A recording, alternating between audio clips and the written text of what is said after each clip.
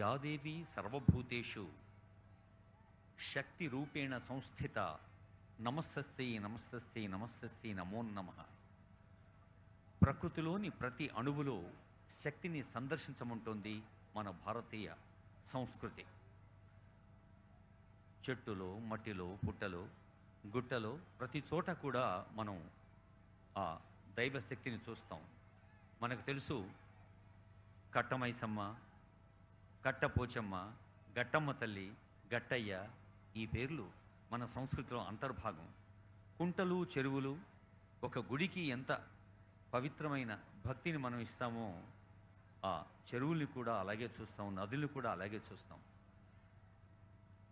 మన ప్రజాపాలనా ప్రభుత్వం కాళేశ్వర ముక్తేశ్వర దేవస్థానంలో నిర్వహించిన సరస్వతి పుష్కరాలు, త్వరలో రానున్న అంచె పుష్కరాలు, ఆ తర్వాత రానున్న గోదావరి పుష్కరాలు, గౌరవనీయులైన ముఖ్యమంత్రి గారు చెప్పారు, తెలంగాణ రాష్ట్రం పొడుగ్గా చల్లని దీవెనలు అందిస్తున్న గంగమ్మ తల్లి గోదావరి పుష్కరాల సందర్భంగా ప్రతి భక్తి క్షేత్రాన్ని, ఆధ్యాత్మిక క్షేత్రాన్ని మనం భక్తులకు సౌకర్యంగా రూపుదిద్దుకునేందుకు ప్రయత్నం చేయాలి అని కట్ట మీద దేవత దైవ రూపంలో, మరి నీటిలోని జీవం మనసులో ఒక పవిత్ర భావాన్ని కలిగించి పంటలకు ప్రాణం పోస్తుంది. ఒక తల్లి, అదిగో ఒకసారి అందరూ చప్పట్లు కొట్టండి, ఆ గంగా హారతిలో మనం కూడా పాల్గొన్నట్టు భావిద్దాం. ఆనరబుల్ సీఎం గారు గంగా హారతి ఇస్తున్నారు.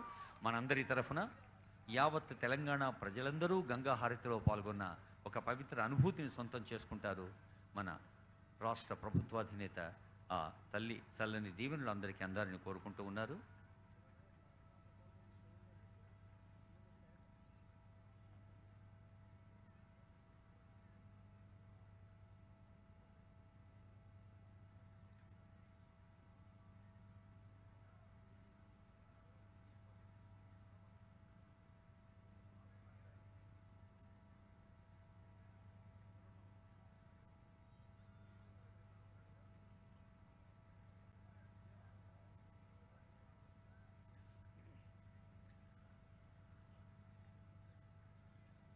ప్రజాపాలనా ప్రభుత్వం ప్రగతి పథంలో ప్రగతి రథంగా సాగుతున్న వేళ